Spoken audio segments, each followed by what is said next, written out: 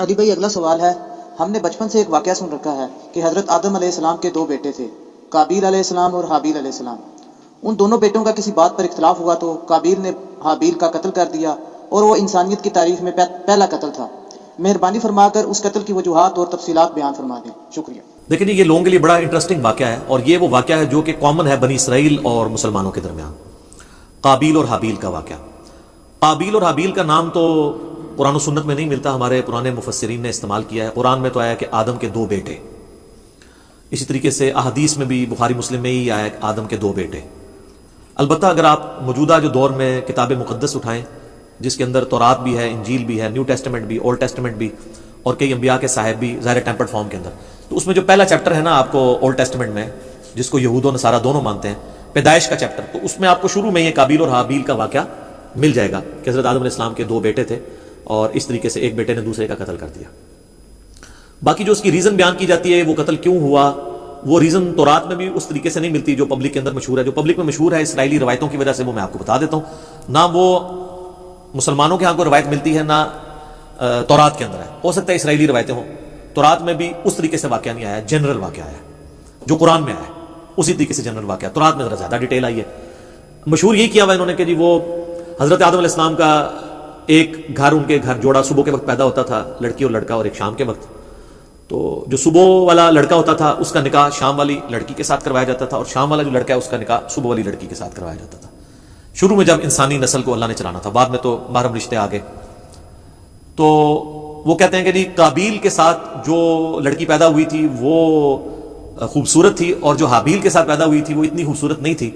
تو جب رشتے کی باری آئی تو قابیل نے کہا نہیں میں تو اس کے ساتھ ہی نکاح کروں گا، اور اللہ کے حکم کو توڑنے کی کوشش، یعنی اسرائیلی روایت میں آپ کو بیان کر رہا ہوں۔ اس کے اوپر پھر ان کے درمیان ٹھن گئی، اور اس کے بعد جو کچھ ہے نا وہ قرآن میں بھی ہے، تورات کے اندر بھی ہے، کہ دونوں نے اللہ کے حضور اپنی نظر پیش کی۔ یہ آپ کو پورا واقعہ جو ہے نا سورۃ المائدہ کے اندر آیت نمبر 27 سے لے کر 32 تک مل جائے گا، وہ آپ پڑھ لیجیے گا، سورۃ المائدہ آیت نمبر 27 سے لے کر 32 تک۔ تو تورات میں یہ ملتا ہے کہ جو قابیل تھے وہ کھیتی باڑی کرتے تھے زمین میں، اور حابیل جو ہے وہ بھیڑ بکریاں چرایا کرتے تھے۔ تو دونوں نے کہا ٹھیک ہے ہم اللہ کے حضور قربانی پیش کریں گے، جس کی قربانی قبول ہو گئی نا اس کا موقف صحیح ہوگا۔ تو جو کسان تھا ظاہر ہے اس نے اپنی کھیتی پیش کرنی تھی، اس نے وہ اللہ کے سامنے پیش کی، اور حابیل جو تھا اس نے جو بھیڑ بکریاں یا کوئی مینڈا جو پالا تھا وہ دے دیا۔ وہ کہتے ہیں وہی مینڈا تھا جو اللہ نے اٹھا کے رکھ لیا، اور بعد میں حضرت ابراہیم علیہ السلام کے لیے وہ جو حضرت اسحاق کے لیے نازل ہوا بقول ان کے، اور ہمارے نزدیک حضرت اسماعیل کے لیے وہی مینڈا اتارا گیا تھا۔ تو سورہ ال عمران میں بھی آتا ہے کہ اگلے زمانوں میں بنی اسرائیل میں یہی ہوتا تھا کہ اللہ تعالیٰ قربانی اس طرح قبول کرتا تھا کہ آسمان سے ایک بجلی گرتی تھی، آگ کھا جاتی تھی، جس کو آگ کھا جائے یہ قبولیت کی دلیل، یہ سورہ ال عمران میں ملتا ہے۔ ایون مال غنیمت وہ جنگوں میں جو لوٹتے تھے نا وہ لا کے رکھتے تھے، آگ آگے ختم کر دیتی تھی۔ اس لیے بخاری مسلم میں ہے نا کہ اللہ نے میرے لیے جو ہے وہ مال غنیمت حلال کر دیا جو اگلوں کے لیے نہیں تھا، اس امت میں آپ خود بھی یوز کر سکتے ہیں وہ مال غنیمت۔ تو وہ آسمان سے آگ آئی تو اس مینڈے کو اٹھا کے لے گئی، اور کھیتی کو کچھ نہیں کیا۔ تو یہ اس بات کا ثبوت تھا کہ قابیل کی قربانی قبول نہیں ہوئی کھیتی والے کی، اور حابیل کی قبول ہو گئی ہے۔ تو اب تو اتنی بڑی دلیل دیکھنے کے بعد، لیکن آپ کو پتا ہے دل بے ایمان تے حجتاں ٹھیر، جب دل میں بےایمانی ہو تو پھر کئی ایک حجت ہے۔ تو قرآن یہ بتاتا ہے کہ اے نبی علیہ السلام ان الفاظ کے ساتھ، ان کے سامنے میں چلیں وہ موٹے موٹے آپ کو عربی کے بغیر ہی نا ڈائریکٹ ترجمہ کر دیتا ہوں تاکہ ہمارا ٹائم بچ جائے، کہ جو اللہ تعالیٰ نے الفاظ استعمال کیے ہیں اس واقعے کے اعتبار سے۔ ہاں جی، اعوذ باللہ من الشیطان الرجیم، بسم اللہ الرحمن الرحیم۔ وَاتْلُ عَلَيْهِمْ نَبَأَ ابْنَيْ آدَمَ بِالْحَقِّ، اے نبی علیہ السلام ان سے بیان کرو آدم کے دو بیٹوں کا واقعہ حق کے ساتھ۔ آگے میں اس کا صرف ترجمہ پیش کرتا ہوں۔ جب دونوں نے قربانی پیش کی اللہ کے حضور، اللہ نے ایک کی قبول کر دی دوسرے کو کی قبول نہیں کی، تو وہ غصے میں آ کے اس نے کہا میں تمہیں قتل کروں گا۔ تو اس نے کہا کہ اللہ تعالیٰ صرف پرہیزگاروں سے ہی قربانی قبول کرتا ہے، اور اگر تو نے مجھے قتل کرنے کے لیے ہاتھ بڑھایا تو میں اپنا ہاتھ تجھے قتل کرنے کے لیے نہیں بڑھاؤں گا، کیونکہ میں اللہ سے ڈرتا ہوں جو تمام جہانوں کا پالنے والا ہے۔ میں چاہتا ہوں کہ تو اپنے گناہ کا بوجھ بھی اٹھا، اور میرا بوجھ یعنی مجھے قتل کرنے کا بوجھ بھی تیرے اوپر پڑ جائے، اور تو دوستیوں میں سے ہو جائے، اور یہی ظالموں کی سزا ہے۔ یعنی تو ایسا ظالم ہے کہ تو نے اللہ کی بات نہیں مانی، تو میں تو چاہتا ہوں کہ تیرے ساتھ یہی ہو۔ تو اللہ تعالیٰ فرماتا ہے کہ اس کے نفس نے اسے ابھارا کہ اپنے بھائی کو قتل کر دے، پھر اس کے بعد وہ پھر خسارہ پانے والوں میں سے ہو گیا۔ پھر اس کو یہ پتہ نہیں چل رہا تھا کہ میں لاش کیسے سنبھالوں، کیونکہ اس کے پیچھے یہ انسانیت کا پہلا قتل تھا۔ بخاری مسلم میں حدیث ہے جب بھی کسی کو ظلمن قتل کیا جاتا ہے نا تو آدم کے اس بیٹے پہ بھی اس کا وبال پڑتا ہے، کیونکہ اس نے وہ بات شروع کی تھی۔ جو بدعت شروع کرے گا اس کے اوپر وبال ہوگا، اور اس کے اپنے وبال میں بھی کمی نہیں آئے گی جس نے یہ کام کیا. تو اللہ تعالیٰ نے کوے کو بھیجا، اس نے زمین کو ریدی تو اسے پتا چل گیا. اور وہ یعنی اسرائیلی روایتوں میں ملتا ہے کہ کوئی کوا تھا وہ مرا پڑا تھا، تو دوسرے کوے نے اس کے لیے زمین کھودی اور اس کو اس میں پھینک دیا. تو اس سے ان کو آئیڈیا آیا کہ میں اپنے بھائی کی لاش کو دفنا دوں. اس سے پہلے تو پریسیڈنٹ کوئی نہیں تھا. تو جو لوگ احادیث میں آئے ہوئے واقعات کا مذاق اڑاتے ہیں تو ہم ان سے کہتے ہیں قرآن میں تو آج تک ہم نے فزیکلی ایکسپیرینس میں تو کبھی کوے کو دوسرے کوے کو دفناتے ہوئے نہیں دیکھا. یہی واقعہ اگر بخاری مسلم میں ہوتا ہے انہوں نے مذاق اڑانا تھا تو کہیں گے نہیں یہ اسپیشل کیس تھا، اللہ نے سکھانے کے لیے کیا تو اللہ کر سکتا ہے، معجزہ ہے. تو پھر اس طرح کے جو واقعات بخاری مسلم میں آتے ہیں وہ بھی معجزات کے طور پہ ہوتے ہیں، ان کا مذاق نہیں اڑانا چاہیے. تو پھر اس نے کہا ہے افسوس میں اپنے بھائی جیسا نہیں ہوں، میں اس کوے جیسا نہیں ہو سکا کہ اپنے بھائی کو دفنا سکتا. پھر وہ نادم ہو گیا اور پھر اللہ فرماتا ہے من اجل ذالک، اسی ایک واقعے کی وجہ سے کتبنا علی بنی اسرائیل، ہم نے یہ بات طے کر دی تھی بنی اسرائیل کے لیے، انہ من قتل نفسا بغیر نفس او فساد فی الارض فکأنما قتل الناس جميعا، اگر کسی جان نے دوسری جان کو قتل کیا بغیر اس کے کہ وہ جان کے بدلے جان ہو، وہ بھی جوڈیشری کے تھرو ہوگا، قتل کے بدلے قتل خود نہیں کرنا ہوگا، یا فساد فی الارض کی وجہ سے، تو گویا ایسا ہے جیسے اس نے پوری انسانیت کا قتل کر دیا. ومن احیاها فکأنما احیا الناس جميعا، اور جس نے کسی ایک انسان کی بھی جان بچا لی گویا اس نے پوری انسانیت کی جان بچا لی. یہ وہ حصہ ہے جو ڈاکٹروں نے ہاسپٹلس کے باہر لکھا ہوتا ہے اور اندر جو ہے وہ آپ سے ہزاروں روپے ہتھیارے ہوتے ہیں جی ایک جان کو بچایا تو پوری انسانیت کو بچا لی. الا ماشاءاللہ ڈاکٹر ہم سے ناراض ہو جاتے ہیں جب ہم مولویوں کے بارے میں بولتے ہیں، اس وقت بھی ناراض ہوتے ہیں. تو جب ہم تغلیب کے قاعدے میں بات کر رہے ہوتے ہیں کہ اکثر ڈاکٹرز ایسے ہی ہیں، پرہیزگار لوگ بھی موجود ہیں، تو وہ تغلیب کے قاعدے کو لیا کریں. جب ہم علماء پہ بات کرتے ہیں تو وہ بھی کیٹاگوریکلی جب کرتے ہیں اس پہ آپ خوش ہوتے ہیں، تو وہ بھی ہم سارے علماء کو نہیں کہہ رہے ہوتے، اکثریت کی بات کر رہے ہوتے ہیں. تو یہ وہ اللہ تعالیٰ نے فرمایا کہ یہ آدم کے بچے کا جو قتل تھا، اس کے بعد ہم نے یہ طے کر دیا کہ ایک انسان کا قتل بھی پوری انسانیت کا قتل ہے، ایک انسان کو بچانا پوری انسانیت کو بچانا ہے. تو یہ وہ واقعہ تھا قابیل اور حابیل کا. اور اکثر لوگوں کو یہ یاد نہیں رہتا ہے یہ قاتل کون تھا، قابیل تھا یا حابیل تھا. بھئی قاتل قاف الف ہے تو قابیل میں بھی یہی ہے، اور حابیل ہلاک ہا سے شروع ہوتا ہے، حابیل ہلاک ہوا ہے اور قابیل قاتل ہے. تو یہ یاد رکھنا آپ کو آسان ہے کہ قابیل قاتل اور حابیل ہلاک ہوا اس کے ہاتھوں. آسان طریقے نا، یہ ایک مدنی ٹوٹکا آپ کو بتا دیں یاد کرنا. باقی وہ جو ڈیٹیلز ملتی ہے نا کہ وہ چکر تھا، تورات میں بھی ایون نہیں ملتا کہ وہ کوئی لڑکی والا چکر تھا. ہو سکتا ہے بعد میں کسی نے اس کو، جس آپ دیکھیں ارطغرل ڈرامہ ہے، اب وہ ارطغرل تو ایک ہیرو ہے لیکن اس کے اندر اتنی لو سٹوریز انہوں نے ڈال کے نا اسے ایک رومانس پیدا کرنے کی کوشش کی تاکہ نوجوان نسل دیکھے.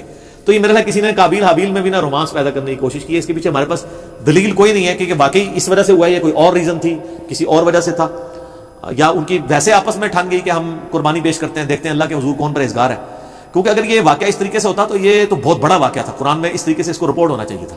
اور قرآن میں اگر نہیں ہوا تو تورات میں بھی نہیں. میں نے اسپیشلی یعنی تورات اس حوالے سے کئی دفعہ دیکھی ہے. تو اچھا اس میں آپ کو لفظ قابیل نہیں ملے گا، قائن ملے گا، اور حابیل حابیل ہی ملے گا.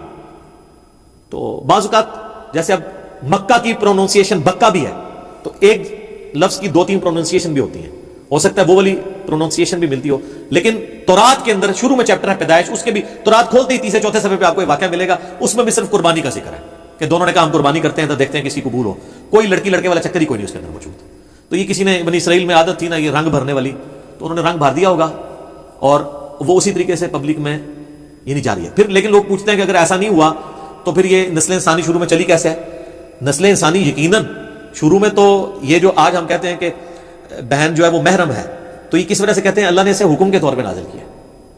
اگر یہ حکم نہ ہو تو یہ محرم والا معاملہ نہ ہوتا. تو شروع میں یقیناً کسی چیز کو چلانے کے لیے اس وقت شریعت کے احکام ڈیفرنٹ تھے، وقت کے ساتھ ساتھ شریعت احکام بدلے ہیں. نبی اسلام کی مبارک شریعت میں کئی چیزیں جو حلال ہیں پہلے حرام تھی.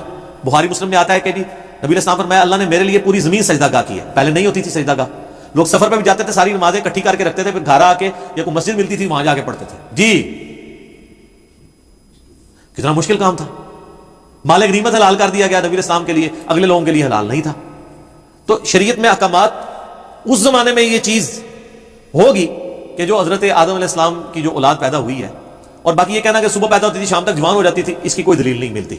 اپنے ٹائم بھی جوان ہوتی ہوگی، حضرت آدم علیہ السلام کی بھی اتنی عمر تھی، تو وہ آپ تھوڑا ان کو جوان ہونے تھے 15-20. یہ کون سا پاکستان انڈیا والا جوان ہونا ہے کہ 35 سال میں شادی ہو رہی ہے؟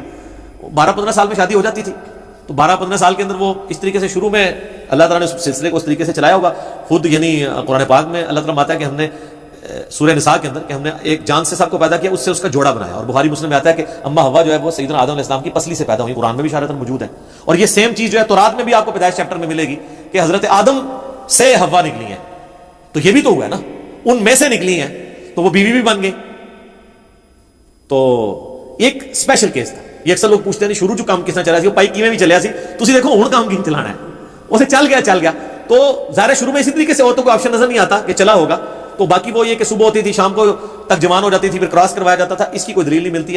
ہاں اسرائیلی روایتیں یہ کہتی ہیں, اور ایون ابن کثیر نے بھی, ابن جریر طبری نے بھی, ہمارے اہل سنت کے جو بڑے ائمہ ہیں انہوں نے بھی یہ نقل کیا کہ, لیکن ساتھ انہوں نے بھی کہا کہ یہ ہماری اسیسمنٹ ہے, ہم اس کو وثوق سے نہیں کہہ سکتے کیونکہ نبی علیہ السلام نے اس کی ڈیٹیلز بیان نہیں کی ہیں, یہ کیسے ہوا ہوگا. بہر الٹیمیٹلی یہ ایک بندے نے دوسرے کا قتل کر دیا, اس کے اگینسٹ اللہ نے یہ قانون نازل کر دیا کہ ایک انسان کا قتل پوری انسانیت کا قتل ہے, ایک مسلمان نہیں, انسان. اور ایک انسان کی جان بچانا پوری انسانیت کی جان بچانا ہے. اصل میں یہ ہے میسج آدم کے 2 بچوں کے قتل میں, جو میسج ہے وہ یہ ہے کہ قتل ناحق اللہ کو ناپسند ہے. بخاری اور مسلم دونوں میں حدیث ہے, قیامت والے دن سب سے پہلے قتل کے مقدمے کا فیصلہ ہوگا. ابو داؤد ترمذی میں حدیث ہے, نبی اسلام نے فرمایا قیامت والے دن مقتول اپنے قاتل کو پیشانی کے بالوں سے گھسیٹتا ہوا اس حال میں کہ اس کی رگوں سے خون بہ رہا ہوگا, اللہ کے عرش کے پاس پہنچ جائے گا اور کہے گا اللہ مجھے انصاف دلا, اس نے مجھے دنیا میں قتل کیوں کیا تھا. اور سنن نسائی میں آگے اس صحابی کے الفاظ ہیں, اے حکمرانوں قتل پہ معاونت نہ کرو کسی کی, قتل ناحق اتنی بڑی چیز ہے. اور قتل حق بھی جوڈیشری نے کرنا ہے, یہ نہیں ہے کہ میرے باپ کا قاتل میرے سامنے آیا تو میں گولی مارتا ہوں, نہیں, جوڈیشری میں پروف ہوگا, تو نہیں ہوگا تو آخرت میں بدلہ ملے گا. آخرت کا تو بدلہ بہت بڑا ہے, وہ تو آپ سوچ بھی نہیں سکتے. سورہ نساء میں اگر کسی مومن کو کسی نے جان بوجھ کے قتل کیا تو اس کی سزا ہمیشہ کی جہنم ہے جناب, ہمیشہ کی جہنم. ابو داؤد میں حدیث ہے کہ اللہ تعالیٰ یا تو شرک معاف نہیں کرے گا یا کسی مومن کا قتل ناحق معاف نہیں کرے گا. صحیح بخاری میں حدیث ہے کہ جنت کی خوشبو 40 سال سے سونگی جا سکتی ہے, لیکن جس نے کسی ذمہ کافر کو بھی قتل کیا, جو مسلمان حکومت میں ٹیکس دے کر رہ رہا تھا, ہے کافر تھا, اس کو ناحق قتل کر دیا, تو وہ مسلمان بھی جنت کی خوشبو نہیں پائے گا, حالانکہ 40 سال سے آ رہی ہوگی. جی اسی لیے قتل کے مقدمے کی پیروی کا بھی کہا گیا ہے. سورہ البقرہ میں وَلَكُمْ فِي الْقِصَاصِ حَيَاتٌ يَا أُولِي الْأَلْبَابِ, اے عقل مندو انسانیت کی زندگی چھپی ہے قصاص لینے میں. باقی جگہ کہا گیا معاف کر دو, قتل کے لیے کہا گیا معاف نہیں کرنا, دیت نہیں لینی, بلڈ منی نہیں لینی. آپشن ضرور ہے لیکن پریفریبل یہ ہے کہ قتل کے بدلے قتل ہو, کیونکہ انسانیت 2 چیزوں پہ کھڑی ہے, احترام جان اور احترام مال. اگر یہ نہیں ہوں گے فرق, جو مولا علی کا قول ہے کہ کوئی بھی معاشرہ بغیر دین کے تو قائم رہ سکتا ہے, بغیر انصاف کے نہیں رہ سکتا. اور انصاف کس لیے آپ کر رہے ہوتے ہیں؟ احترام جان اور احترام مال کے لیے. اور اسے کون سی چیز انشور کرتی ہے؟ جوڈیشری.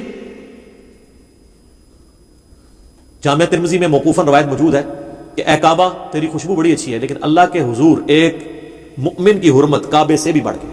جامعہ ترمذی میں حدیث ہے کوئی شخص پوری دنیا کو تباہ و برباد کر دے, اللہ کے نزدیک یہ چھوٹا گناہ ہے, اور ایک مؤمن کا قتل اس سے بڑا گناہ ہے. جناب یہ بہت بہت سینسٹیو ایشو ہے. اس لیے تو میں ایکسٹرا جوڈیشل کلنگ کے خلاف بھی بولتا ہوں. آپ نہ حب الوطنی کے نام پر, نہ توہین مذہب کے نام کے اوپر قانون کو ہاتھ میں لے کے کسی کو قتل نہیں کر سکتے. ناحق بندہ قتل ہو گیا تو آپ مارے گئے, یہ نہیں ہوگا کہ آپ کی اجتہادی غلطی شمار ہوگی. آپ ہر چیز کو جوڈیشری میں لے کر آئیں گے, اور جوڈیشری میں پروف نہیں ہوتا اور وہ واقعی قاتل تھا, اللہ جانے اس کا معاملہ جانے, آپ نہیں کر سکتے, ورنہ بے گناہ لوگوں کو بھی سزا ملنا شروع ہو جائے گی.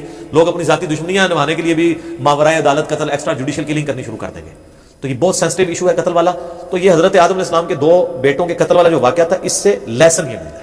میں اپنی گفتگو کو اس حوالے سے کنکلوڈ کروں گا اسی حدیث پہ جو بخاری اور مسلم دونوں میں ہے کہ نبی علیہ السلام نے فرمایا دنیا میں جب بھی کسی انسان کو ظلماً قتل کیا جاتا ہے تو اس کا گناہ کا بوجھ آدم کے اس بیٹے کے اوپر بھی پڑتا ہے جس نے سب سے پہلے انسانیت میں قتل کیا تھا, اور اس پہ تو پڑتا ہی ہے. اور اس کو سپورٹنگ وہ بھی حدیث ہے صحیح مسلم کی کہ جس نے اسلام میں اچھا طریقہ جاری کیا, جتنے لوگ عمل کریں گے اس کا ثواب اسے ملے گا, اور ان کے اپنے ثواب میں بھی کمی نہیں آئے گی. اور جس نے اسلام میں برا طریقہ جاری کیا, جتنے لوگ اس کے اوپر عمل کریں گے اس کا وبال بھی اس پہ ہوگا, اور وہ عمل کرنے والوں کے وبال میں بھی کمی نہیں ہوگی. یہ اسلام میں اچھی بدعت اور بری بدعت نہیں ہے, طریقہ. جیسے یہ ہم ویڈیو بنا رہے ہیں, یہ طریقہ ہے. احادیث ریٹن فارم میں ائمہ لے کر آئے, یہ طریقہ ہے. الیکٹرانک کاؤنٹر, یہ طریقہ ہے. جہاز پہ اونٹ کی بجائے, جہاز کے اوپر سفر کرنا حج کے لیے اونٹ کی بجائے, یہ طریقہ ہے. یہ سب طریقے ہیں, اس سے اصل دین نہیں بنتا. یہ نہیں ہوتا کہ جناب نیچے اس پنکھے کے اور اوپر اس قالین کے, منہ طرف اے سی شریف اور خانہ کعبہ شریف, اللہ اکبر. نہیں, یہ ساری چیزیں طریقے ہیں. دین وہی ہے, نمازیں وہی ہیں, طریقہ کار وہی ہے. باقی جو دین کو سپورٹیو طریقے ہیں نا, وہ جو بھی اسلام میں کرے گا اس کو ثواب ملے گا. تو یہ برا طریقہ اس نے جاری کیا تھا, قیامت تک قابیل کے اوپر اس کا وبال رہے گا. وَلِعِيَاذُ بِاللَّهِ تَعَالَى. اللہ تعالیٰ میں اس گناہ سے محفوظ فرمائے. آمین ثم آمین.